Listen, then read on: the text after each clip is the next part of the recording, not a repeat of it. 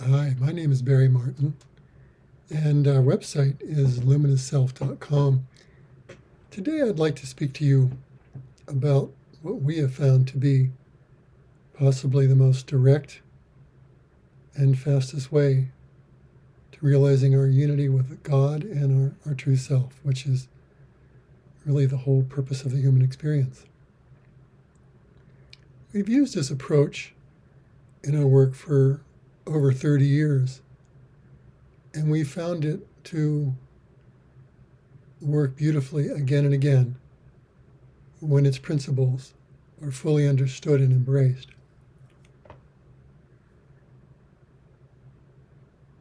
The reason this is so difficult for many Westerners is that we are taught and conditioned from childhood to develop strong, clear egos, to be in charge and control of our lives, to make sure that we're doing it right based upon certain principles that we've been conditioned to believe. And that keeps the ego mind always and continuously engaged when it comes to anything that we seek to do. And the more important it is to us, the more the ego mind is always sitting there looking and wanting to engage whenever possible. That is why the path of surrender is so powerful and direct, because it literally circumvents the whole process of any egoic involvement at all. It's based upon the idea that we aren't doing it. That's the principle that's used in 12-step programs and why they're so successful. Because the first step in a 12-step program is to admit that we're powerless over something in our life, in this case an addiction, and that we admit that, and then we know that there's a higher power, and we turn our life and the issue, i.e. addiction, over to that higher power. Well, the same principle applies to everything in this journey of life, especially when we want to realize who we really are. The only thing that's really in the way of experiencing who we really are at any time is this misperception of being separate from our true self. And that misperception has created this false sense of self. Some people call it the ego, the separate ego personality self. And this fictitious I, me, mine that we think is who we are, that's totally personality and outwardly oriented. And that is the very false sense of self that needs to be given up to experience our true self, because it's simply a layer of veiling that separates our conscious communion with our true self and God, which are one. The path of surrender is nothing more than admitting that we are disconnected, that there's a problem here, that we're not experiencing the peace, the joy, and the happiness that we know is possible and what we want more than anything. And that the answer to this is really getting back in touch with who we really are. Because who we really are already contains and is all the things that we're seeking. In other words, we don't need to seek happiness or joy or peace. We simply need to remove the veils that keep us from experiencing the essence of our true eternal self, which is already peace and joy and happiness and creativity and all these things that are what we so desperately want to experience in art. So realizing that we are standing literally in our own way, and it's subconscious. Just remember, we don't think we are, but the analogy of the mind being like an iceberg, in which only 10% is above the surface, is totally appropriate here. Because it's the 90% in the subconscious is where the ego lies and is controlling us. And it is this that keeps us from experiencing our true self. Because we believe that we are this separate self, we are literally invested in maintaining it unconsciously. And it's always operating in the background, observing everything that's going on, always stepping in to take control whenever it feels either threatened or a sense that there's some possibility that it wants to seek. It's always seeking and avoiding. And so when we turn in to connect with our true self and feel that great desire to do it, it almost for everyone automatically engages this ego doer, which thinks it needs to know how to do it. But it's literally placing the hands in the key of the jailer that's keeping us imprisoned. Because it does not know how to get there, and it is the very thing that's standing in the way. So the path of surrender is really the path of ketoing the ego in essence. It's saying, ego, you're not part of this. I already admit that I don't know how to get there. If I knew how to get there, I'd already be in the experience of all these things, and therefore I would not be seeking. That admission, and it's a difficult one for most people, and it's not something we do one time. We have to do it again and again. But when we admit in our heart of hearts, deep within the core of our being, I need help. I don't know how to do this. And I'm willing to turn it over. And this is where this higher sense of a higher power comes in. And it's different for everyone. For us, it's Christ or God. For others, it could be a Buddha or higher self. Whatever it is for you is the right thing, but it's how you know it is when you think about this thing that's going to this higher sense of self or purpose or God, that is your really the source of your being and your ultimate salvation. Whatever that is for you, that is it. What is called God in this video? But the important thing is to understand what that essential idea of God is. God is the source of our being, and this is the truth. God is the creator of beingness, which has manifested all these individualized presences or souls, of which we are one, as extensions of itself, never separate from itself. It's impossible, because oneness is the truth. We are like drops in the ocean of God, and the ocean of God in the drop of our being. We are holographically the essence of God, but at a smaller scale, a subfractal of God. God is always standing in the background.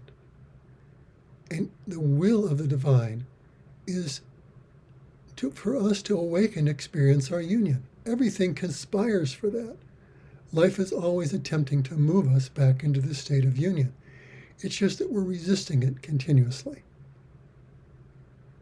But when we decide that we really want to have that union and that we don't know how, then we can take the next step, and that is to turn the whole process over to God. In other words, we're stepping out of the way. We're letting go of the steering wheel, taking our feet off the pedals, and not knowing where to go down this road or how to do it. And again, that's a process that happens deep in our heart of hearts. It's an inner consecration where we say to God, God, I turn this over to you now because I can't do it. Now the reason God isn't doing it all the time is because God, in its infinite love and honoring our free will, is hands off until we invite God in. In other words, as long as we're exercising our own free will, God is going to stand to the side and say, fine, go ahead, it's all yours, run the show. Because God loves us. God wants us to do what we want to do. But God can do nothing as long as we're holding on to the steering wheel.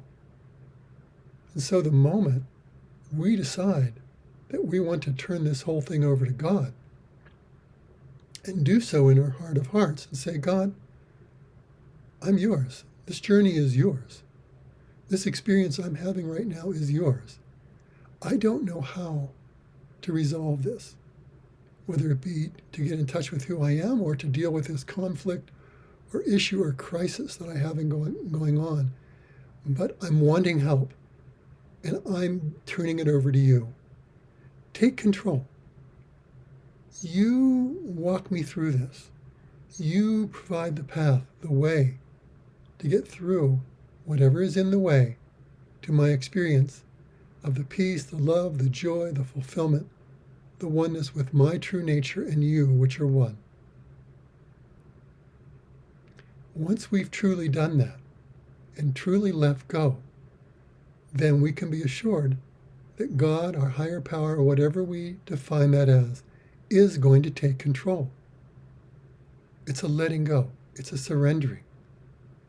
And then simply coming into a receptive state and allowing the divine to take over. What is asked of us is to simply be present to our experience, because the way through whatever is in front of us that seems to be veiling our true nature will simply be brought to the surface. It will arise in our own consciousness, because that is the essence of who we are and is also the essence of God in its very fundamental and primary nature. God will know exactly what we need to experience to free us from the veils that are blocking our communion. We've seen this again and again in our soul sessions over the last 3+ decades. As soon as this process happens, we call it a soul play. But God will start to run an inner video process that will literally take us through a journey that will unwind all the knots in the subconscious that are keeping us from experiencing our true self. It can start as a feeling, for instance. It could be a sense of tension in our throat. And that is put there by the divine to bring our attention to it. It's very the same thing that happens when we get a pain in our body. It's there because God wants to bring us in touch that something is going on we need to bring our attention to. When we're doing this deliberately, in the context of wanting to connect with our true self and move through and beyond an apparent obstacle or veil, then God will, in its infinite wisdom, remember, God can see everything inside of us. It knows all the labyrinth of distortions in our energy and consciousness that are keeping us in this veiled, imprisoned state. But it's really, we're doing it to ourselves. So God knows exactly how to write a script of experience to unwind that. It's like our psyche is all like a ball of yarn all full of knots. And it's not just to start pulling on those knots, because that just makes a mess of things, you know.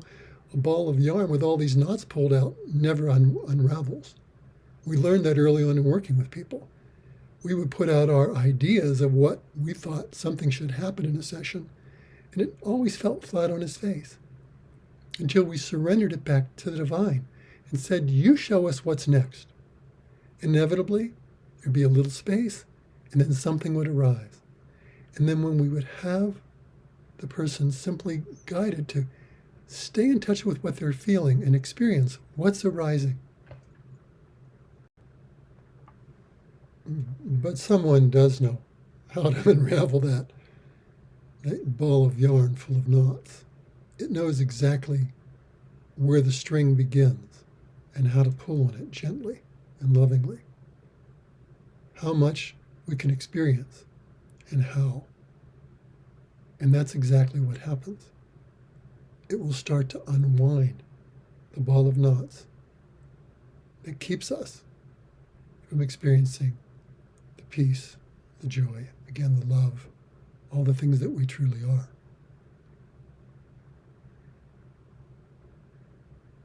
Everything in the ego will want to come in and stop that, because the ego is programmed not to have us experience certain things in our unconscious.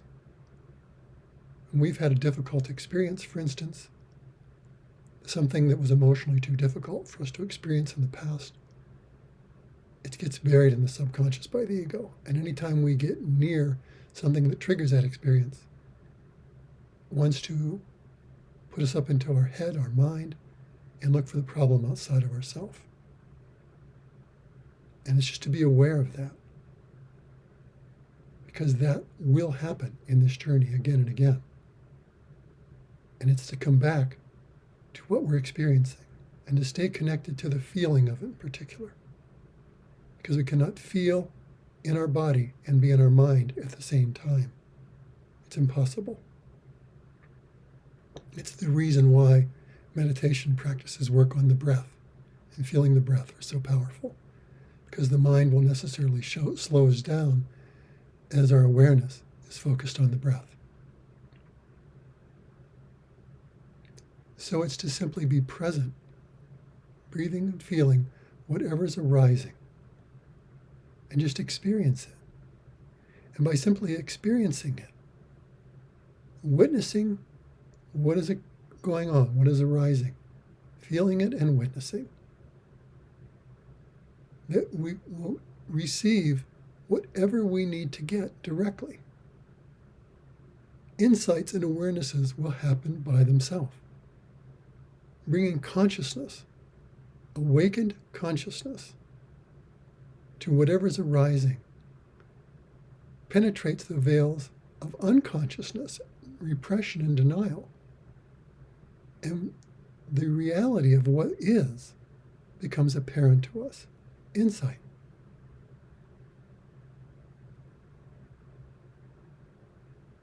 It could be that there's simply a pain in our body, but breathing and feeling into that pain and being present with it. What happens if we can stay with it? The charge of feeling, emotion, or pain is experienced, and it moves on. Anything that can fully be experienced, just witnessed, without trying to do anything to it, to fix it or change it or anything, it will simply complete the experience that wasn't experienced, and it will be done. And that veil will be gone forever. Again, the ego mind will want to come in and try to do something with it. The first thing we'll want to do is say, Judge, this is wrong. I shouldn't be having this experience. Especially I'm trying to experience the peace and love of my true self. How come I'm having this overwhelming grief come up? But it's that overwhelming grief that's always been there in the unconscious, masking our true self, keeping the ego in control. And so it's to remind ourselves that this grief, this sadness, this pain, if it's experienced fully, it will move on. There'll be a healing. The soul is always trying to heal itself. In the same way the body tries to heal itself. If we put something toxic into our body, it tries to expel it.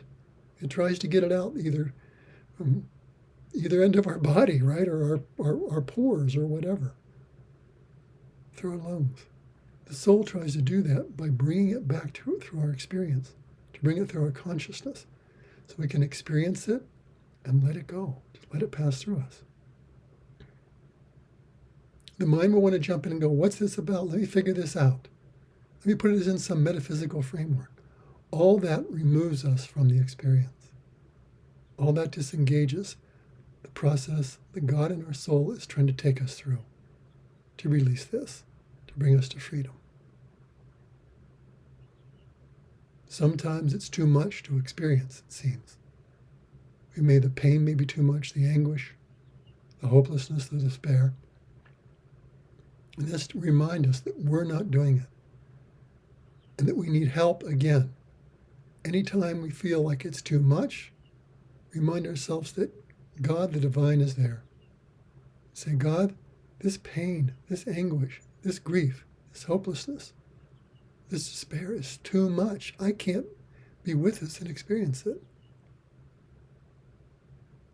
And it's again to turn it over, say, God, this is yours. This is too much for me to deal with. Help me get through this. And just release it fully, and come back to the experience. And again, this will reveal that there is in fact a higher power, and that it is in control, and that it knows exactly how to get through this. This is how the engine of faith is built. Faith is built on experience that validates that faith is based upon a universal principle and truth, and that there is a higher power, a God, that is in control and that can get us through anything. And then faith becomes based upon the experience of a fact that it is true for us. We know it through our experience. This is built up over time.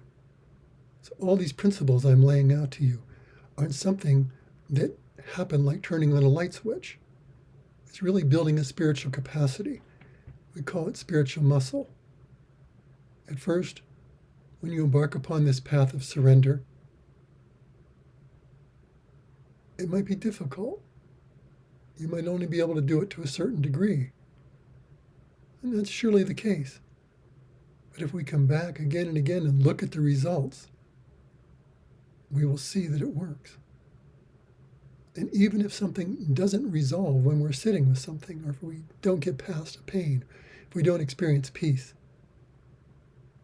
if an issue still is there, we can continue to surrender it to God.